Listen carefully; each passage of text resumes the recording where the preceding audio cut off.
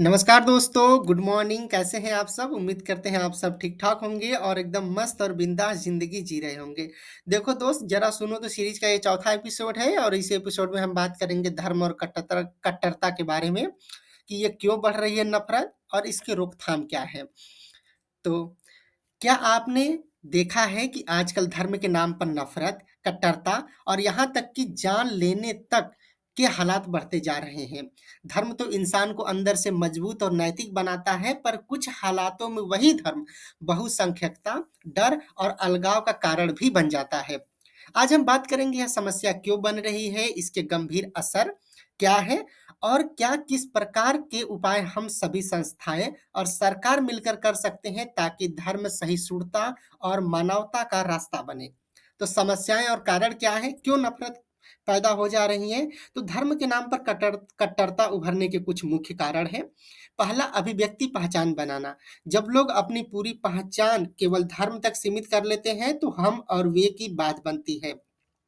दूसरा कारण है कि जानकारी का गलत इस्तेमाल। पुरानी कहानियों, आंशिक तथ्यों या झूठी खबरों से भय और गुस्सा जन्म लेता है। तीसरा कारण है राजनीतिक और सामाजिक फायदों के लिए विभाजन। कभी-कभी समूहों को तोड़कर सत्ता या फायदे के लिए विभाजन की नीतियां अपनाई जाती है। चौथा कारण है अर्थव्यवस्था और असुरक्षा। बेरोजगारी, असमानता और संसाधनों की कमी भी भय और अविश्वास को बढ़ाती है और लोग किसी न किसी पहचान के पीछे छिपते हैं।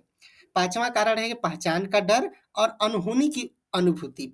जब कोई समुदाय खुद को खतरे में समझता है तो प्रतिक्रिया तीव्र होती है और यह छोटी छोटी घटनाएं बाद में बड़े हिंसक रूप ले लेती है।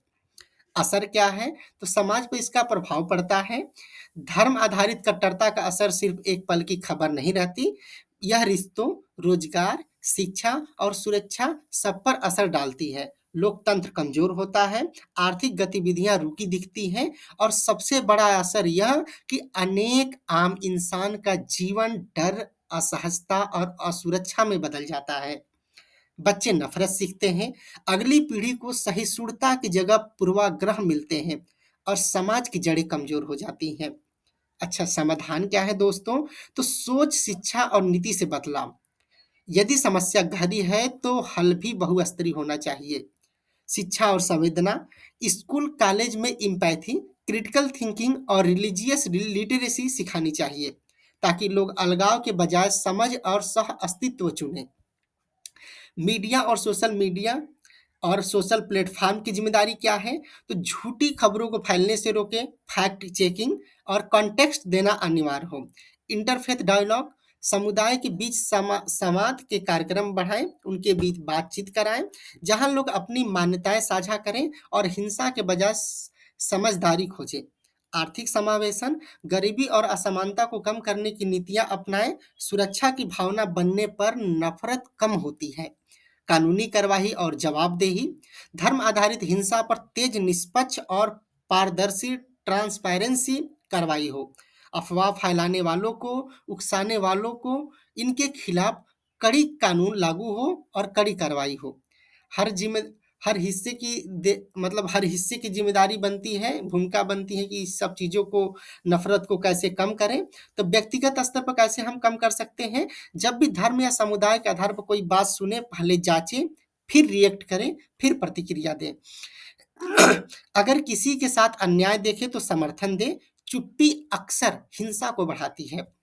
शिक्षण संस्थान और परिवार के स्तर पर क्या हो सकता है?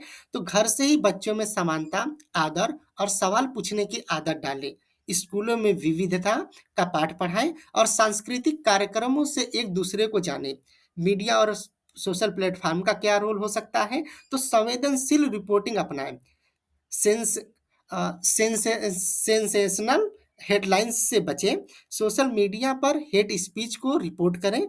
प्लेटफॉर्म मॉडरेशन तेज करें। सरकार और कानून क्या कर सकता है? तो विभाजनकारी भाषण पर निगरानी और दंड मात्र शब्दों पर ही नहीं, कारगर कानून उपायों से हो। सामुदायिक मेलजोल और समावेशन की नीतियां बढ़ाएं। ग्रीवेंसेस के निपटारे के त्वरित रूप बनाएं। निष्कर्ष क्या है इन सारी चीजों का? तो सहिष्णुता ही असली ताकत है।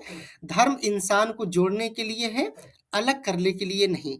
हमारी पहचान, हमारे विश्वास सब पुनीत हैं, पर वे तब तक मूल्यवान हैं जब तक वे अन्य इंसानों के अधिकार और गरिमा को नहीं छेड़ते हैं।